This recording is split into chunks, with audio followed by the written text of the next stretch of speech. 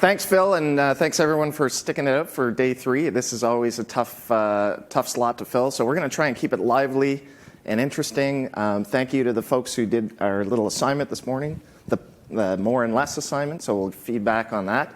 But I'm going to ask the panelists to come up, Nigel Wallis, Joe Pucciarelli, and Megha Kumar. Thanks for joining me on stage, everyone.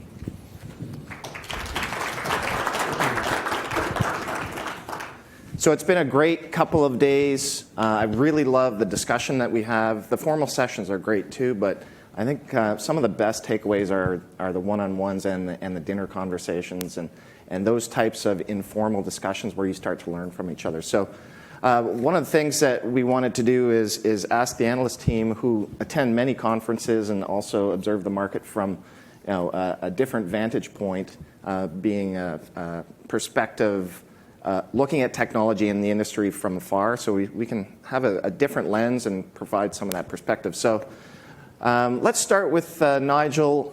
What are some of the biggest aha moments that you had on the last couple of days at Engage? Sure. And so what's funny is at the conversations, I've been talking so much I've actually lost my voice, which is awkward when you're the panelist. But has nothing to do with the beer. It's a good sign. Nothing to do with the beer last night or anything. No, nothing. It's clearly that's correlation, not causation.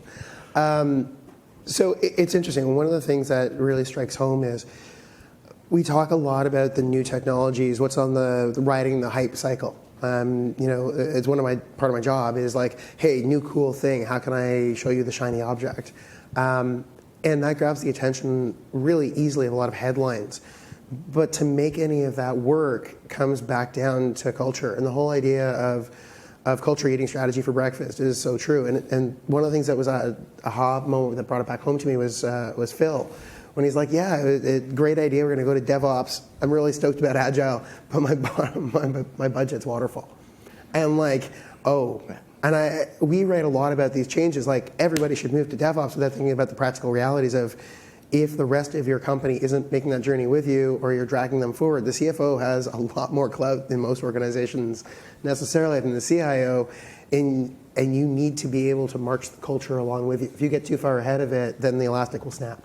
And so that was a really interesting aha for me, is just hearing about you can't just go off because it's a good idea to do DevOps.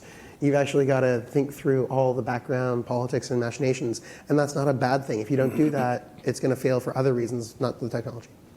Yeah, great point. The budgeting challenge hasn't gone away, and we've been talking about it for a few years. Joe, what do you think? What are some of the key learnings or aha moments for you? I always start my day before I have to get on stage by scanning the news, because I never want to get on stage and have somebody saying from the back of the room, didn't you know so-and-so got bought out by such and such? This morning, the lead item on a number of the business sites was that we are in the process of setting a worldwide record for CEO turnover. Now, remember I started my presentation by saying these are the imperatives. This is what the senior leadership, this is what CEOs are challenging us as technology leaders to do. Well, so far this year, 272 of them have bit the dust. Now, that is actually a quite predictable outcome. We sit here and we talk about change, and there's many manifestations of that, but accelerating executive turnover at the very top is real. And what it does is, to me, it highlights and crystallizes the imperatives that we have as leaders with a responsibility and accountability to our teams and to the people that are in the organization. There's a lot coming. Now, given that, when I reflect on the event, there were a couple of moments that really stood out for me. I'm always amazed by what a determined and motivated person can do with practically nothing. And Helen, you won that award. So I think Helen deserves a round of applause. I absolutely do. The amount of resources we squander in our organizations puts to shame what she's able to accomplish through determination and grit. And I think if that doesn't challenge us personally to higher goals, then I don't know what we could do. The other presentation, the other comment, I don't see her in the room. Callie's idea I've never heard before, where she talked about doing a video of the process before and after. My gosh, what a simple thing to do. How profoundly impactful that is. You can do it with a phone, for gosh sakes. It's not like we need video production studios, and it's the classic case. Very quickly, probably one of the most important research projects I worked on, we actually ended up editing down focus group comments that went to the board of directors for a Fortune 20 company, because the video is so compelling. And what Callie's doing, what Callie did with that technique, I think is something all of us should tuck away, because we are, there is a component of marketing in our roles. We have to compel and convince people to act in this context of swirling change and impending change. Yeah, we know video is so important in marketing externally, and just to hear it say that's really important internally, it's all about kind of convincing and driving that emotion through that medium. Over to you, Megha. Okay. Now, from all the presentations, and I think what was more interesting was something that came across from all the panels was the sheer fact that a lot of people felt that they were still stuck in silos. It was either IT being siloed from the business or different business groups being siloed from each other. The fact that a lot of the people who were on the panel were talking about how can we better integrate all the ideas, how can we better get the board to understand what we're doing. And I think it was aha for me, because I was thinking that, wait, if technology is the business right now, I can't imagine a single business that's not dependent on tech. The fact that the CIO has to still market themselves up also tells you how much education it's not just your teams that have to upskill themselves, it also tells you how much the board has to upskill themselves, right? So I kind of feel like there's a lot of onus even on the business to try and understand what is it that technology can do for me to do my job better. Putting all the stress on the CIO and the IT leader or the operational leader, I feel like is so easy. It's like somebody having a fall guy in the process, right? So I feel like that is something that a lot of organizations need to think about, right? How does the board educate themselves so they realize, how do I stay relevant to the customer? So that was my aha moment.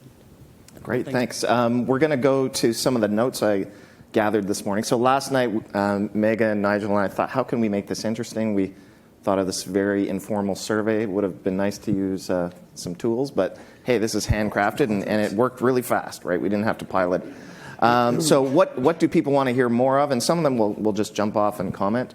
The funniest one, of course, was we want more Helen. So we got to. Nigel said we're going to have to figure out how to scale you. So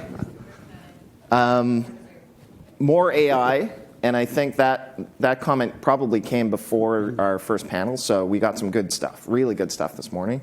But then there's getting into some of the tougher stuff, like master data management, not the sexy front end stuff, data analytics, privacy laws, RPA, which we heard a little bit about. Any comments from the folks on the panel? Yeah, what gets the attention of the people you work with and report to, bringing up machine learning, it's interesting, it's sexy. If your data is crap, it will get crap results. And garbage in, garbage out. That hasn't changed in 30 years. But getting budget to actually grind through a full MDM process is still really difficult. And as a whole, it's amazing how the plumbing and the infrastructure behind these sexy interfaces gets neglected. And you know that, it's the daily battle you face. But it's funny because the industry analyst side, we often get distracted again by the shiny objects. But if your base core systems aren't up to speed, throwing lipstick on that pig is not going to make it a smarter pig. So it's a good point about the MDM stuff inside. Yeah, exactly. And people also want to hear more about failures. And I think, JP, you heard that in your research study as well of CIOs. So it's really hard to get people to come forward with projects that failed. Failing fast is a kind of a mantra we're seeing in the tech world. But I would encourage everyone in a comfortable setting, NDA or what have you, to be able to share more of that with you, because I think there's good learnings there. Yeah, I mean, culturally, Canada and Canadian businesses don't like discussing failures. It has a negative impact on the brand, on the marketplace, the stock place, your promotion, or not promotion. In Silicon Valley mentality, failing is understood as part of the process of trying to experiment. Not all experiments are going to work. And so it's not seen that you have failed personally. You tried something that didn't work, try again. At least you're entrepreneurial. And in Canada, there's so few stories or understanding why tech is critical to process in business success and hasn't played out. And I can think of a couple of stories in the mainstream media. Target, that was well explained in a couple of places. The other one would be Slack. How many of you use Slack in your job? Right? So Slack is one of the fastest growing collaboration tools in the world. You know why it exists? It's the last remnant piece of a failed video game. Oh, really? Stuart Butterfield had a multi-channel discussion for the developers on his team that he built from scratch because he hated working with Skype, which fair. Well, I get it. So he built that himself. They had this multiplayer game that went through billions of dollars of hundreds of millions of venture capital, and never landed. It fired everybody but the last 13 people. And the one thing they kept from it was Slack, the channel back and forth, which is now a multi-billion-dollar IPO. But the whole path to how they got there doesn't look as pretty as the multi-billion IPO. It was a series of failures and failures and failures. And the lessons learned from that is what eventually made Slack successful. But we don't tend to talk about that in Canadian marketplace. It's just not what we do. And the repercussions to you personally of talking about fail, you don't want to be the first one to do it. But things like FailCon in the US have been quite successful because people are able to articulate what they did wrong without feeling like that's going to be a repercussion on them. It's a learning they'll bring to the next job so they won't make that mistake again. And you won't make it either because they made it for you. But we historically haven't done that. Yeah. One of the things that Joe put together was a slide that will help visualize some of the things that he's thinking about. And there's a lot of topics also that people wanted to hear more of. There's a couple more that asking about data privacy, regulations, breach response planning, DevOps, which you touched on day one, Joe. But why don't we go to that slide and you can give an overview of how this might help the team as they go into their next few days. So if you remember, this was my next to last slide, and I said, I challenge you, print out a copy of this, and as you think about your plan, what is the plan for the future of customers and future of intelligence, future of work, future of operations? So if I take you to the next slide, what I did is I started at the top and I said, okay, well, as you think, I personally think in to-do lists, okay? There's short, medium, and long-term to-do lists. So what are your strategies? What are going to be your pilots for 2020? And what are you going to move into production? Okay, that's what really matters. The first two are hot air and slideware. It's the third one that's where the money is. So first question for you is, as you think about your plan for 2020, what's in each of those first three categories? And then what I did is I modified this just a little bit. I included the first four. I pulled out culture. I put in infrastructure. And I'll start with that just because we're CIOs. At this point in the game, the hosting strategy should be, you should have poured concrete. You should have concrete down. Okay, certainly by the end of 2020, you need poured concrete with good footings under it. Okay, even if you haven't fully implemented. What's your legacy? What's your plan for apps? What are you going to do with all the legacy apps? Okay, most of you have a few. Which new apps are you going to focus on, and what are you going to do in terms of app rationalization for 2020? Because when you go into 2021, that battle's got to be fought and won. And then finally, maybe this is the year that we try to go from a reactive security strategy to a proactive security strategy. Now, I'm just throwing that out there as an idea. I might be reaching too far, but personally, if I was on the other side, if I was on the CIO side, I would be frustrated with my strategy being evaluated by how much money I spent on it as opposed to the outcomes I was able to achieve. So I'm just voicing my own opinion. You look at the other four categories, I just put some questions. So again, as CIOs, as senior technology leaders, what are your customers' needs going to be in 24 months? Not what are they today. You've got to design for what your customers are going to need 12, 24 months out so that your delivery can intercept with their requirement. You can't just constantly be chasing them. Okay? The other thing is that as your business grows, your largest customers are probably not the ones you should be asking what you need. It's the new customers that are rising in the portfolio that are going to help fuel your growth. So if you just talk to your biggest customers, you're not going to help the business grow. You've got to talk to the rising customers. New products, new requirements. Remember, that was something we saw CIOs working on. We've already touched on the future of intelligence, whether it's, what's your BI analytics strategy? You definitely should have something in pilot on AI. Okay? You need to be piloting it. You need to be breaking some glass and skinning some knuckles. Okay, maybe you're lucky enough to have it in production. Woo-hoo, great job. And I mean that sincerely. If you're not, you need to challenge yourself and your team. What's your data strategy?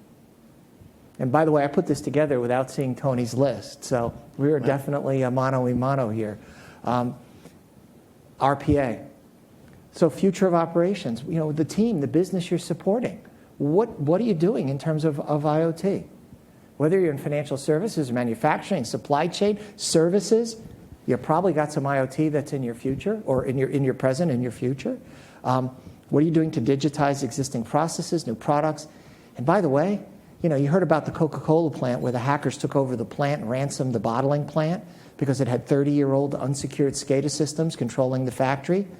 Okay, do you have an OT strategy? Does your OT strategy have a security component to it? If it doesn't, I'm not being sarcastic. It's overdue. It's just a matter of time. Nothing's going to be more embarrassing than having the factory locked out or held for ransom. Not that happens in the modern world. Of course it does. And then finally, your people. What's the tech talent strategy? Not just for IT, but for the business.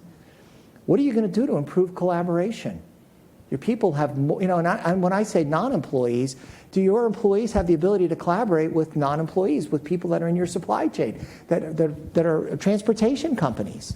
There is much part of there's a need to collaborate with them. What are you doing to improve the flexibility of your workspaces, to enhance employee engagement?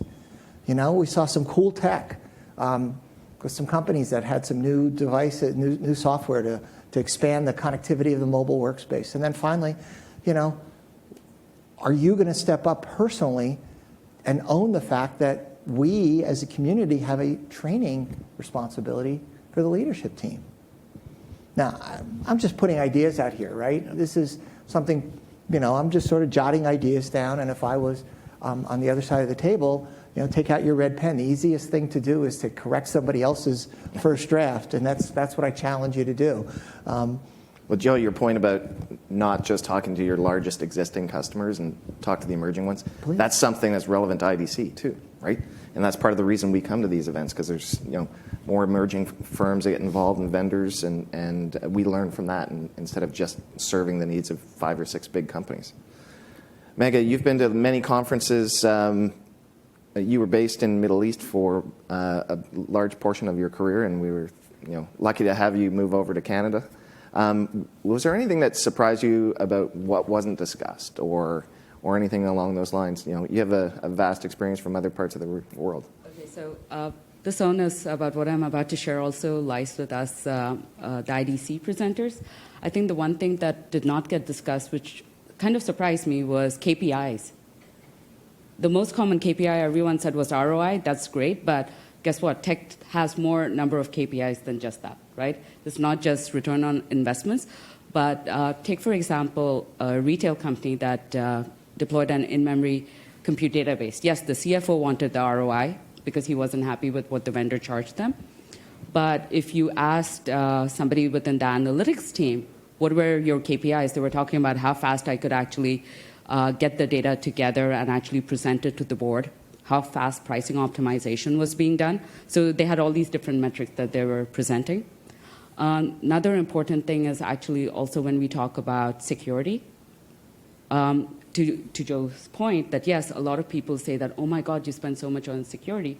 But if you ask somebody from the security team in terms of what are the different types of metrics you have to take onto the board, number of attacks that you have actually managed to prevent, how much downtime you have actually saved the organization, what is the cost benefit that is taking place. I think the one part we should have kind of covered, and that's why I say the onus also comes to us is what are the different types of metrics you want to take to the board. Marketing is not just about saying, look what we have done, but look, these are the different types of metrics you want to think about other than just cost, right? If it's just ROI, then, okay, there's not a lot of winning that's going to happen over there because ROI takes a good amount of time to materialize with tech. So we have an opportunity now, if anyone has any final questions, this is the last session. Phil has the microphone.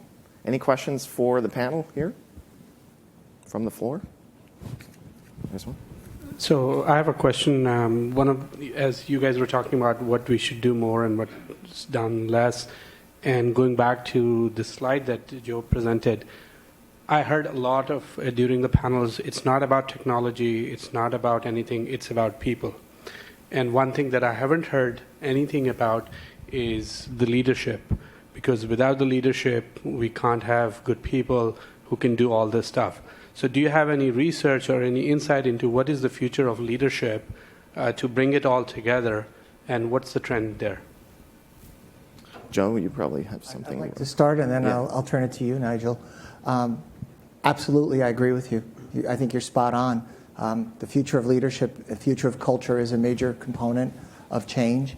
I actually chose not to put that on the to-do list because I was being more tactical, but I thought long and hard about it, to your point.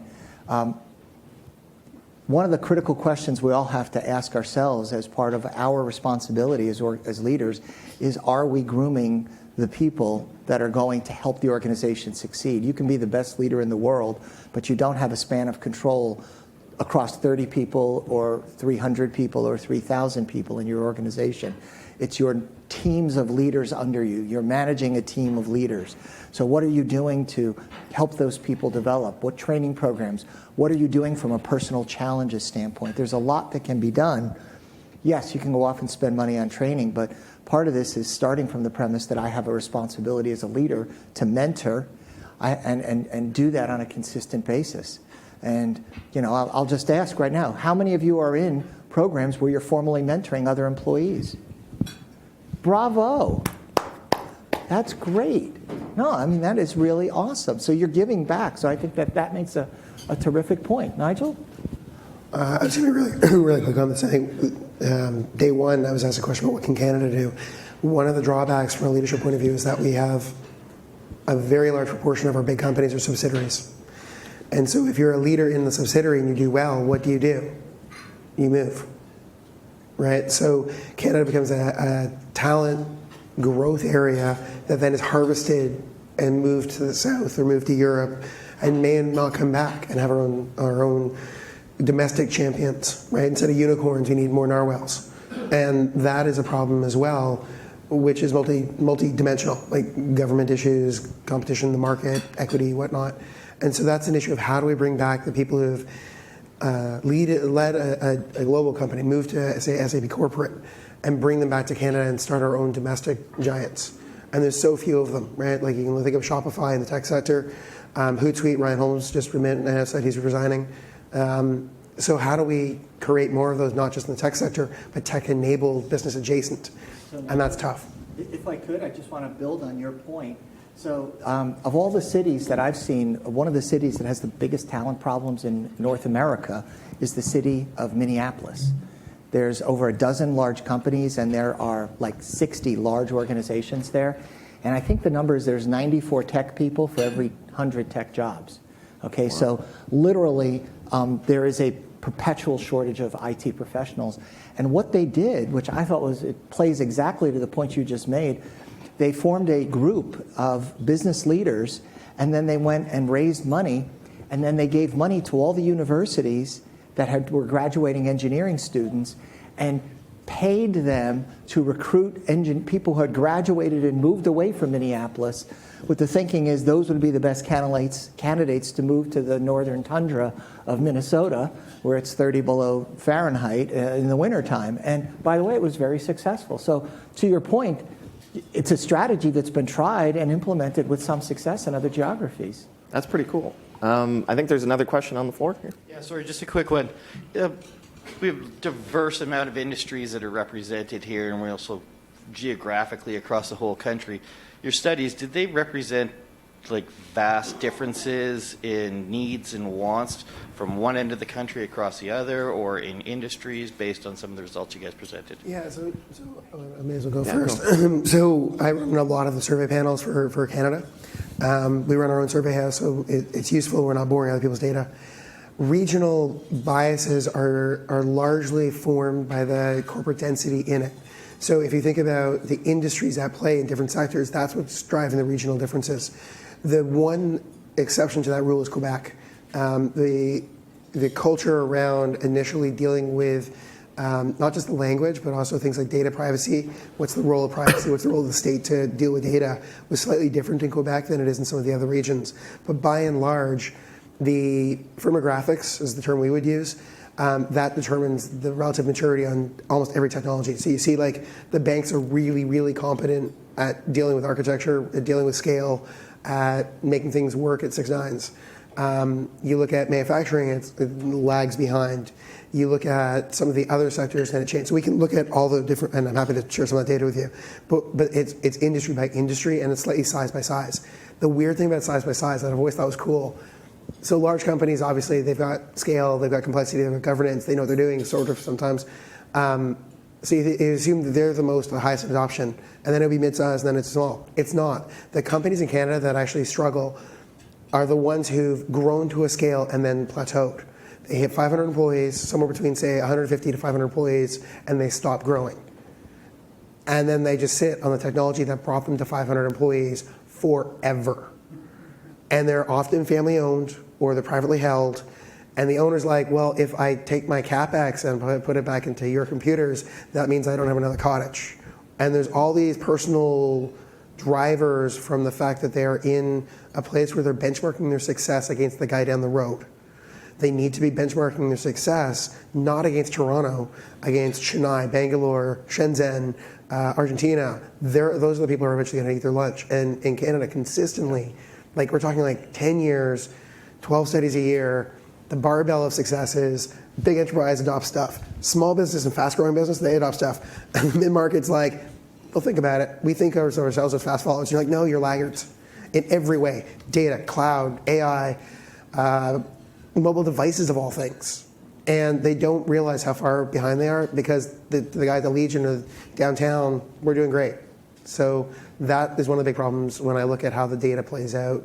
And that's not regional. That's totally your company's trajectory. Great. That was great.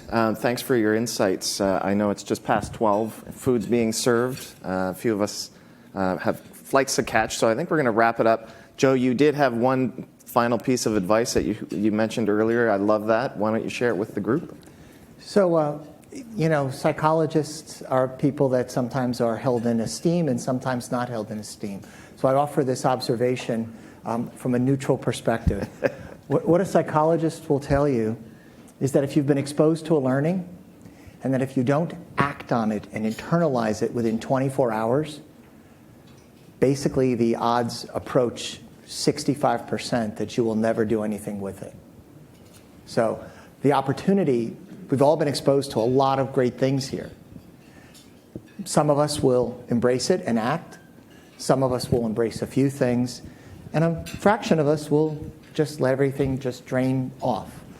Part of the reason for putting this single slide together, which you will get a copy of, is to try to help you by reminding you of this conversation and encouraging you to embrace and to actually act on what your priorities were from the event, not the ones that are on that page, but what your priorities are. Great advice. That's the call to action. So thanks, Nigel, Joe, Megha, for your insights, and thank you, everyone, for engaging with us. It's been an awesome few days. So round of applause to everyone. Thanks.